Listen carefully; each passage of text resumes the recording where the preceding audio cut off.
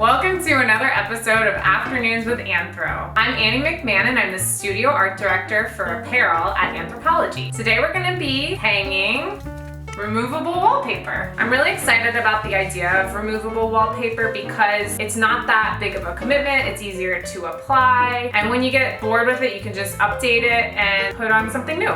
We are in my son's room. I have two boys, Louie and Harvey.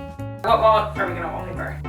That wall! We live in Philadelphia, Pennsylvania. We are city people, but we love the beach. My kids actually picked out this print. It's perfect for their room. It has little beach buggies on it, surfboards, and cute little things that they love. So now we're gonna go over a list of tools. For that, I'm gonna have a helper, I think. You gonna help me? Number 1, wallpaper. Number 2, a straight edge or a level. Number 3, a utility knife. I'm gonna use this X-Acto knife. Number 4, a squeegee. Number 5, a screwdriver. A ladder or a step ladder. First thing we need to do is move the bed. Hey boys, will you come help me?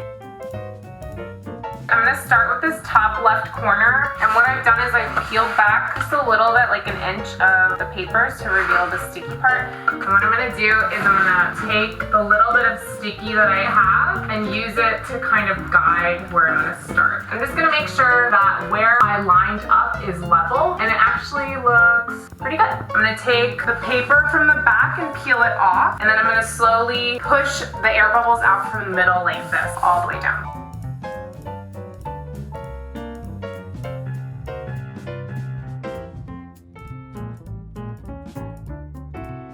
Take these electrical plates off. This is what I love about this stuff, is that if you mess up a little bit, you can just peel it right off and start over, which is amazing.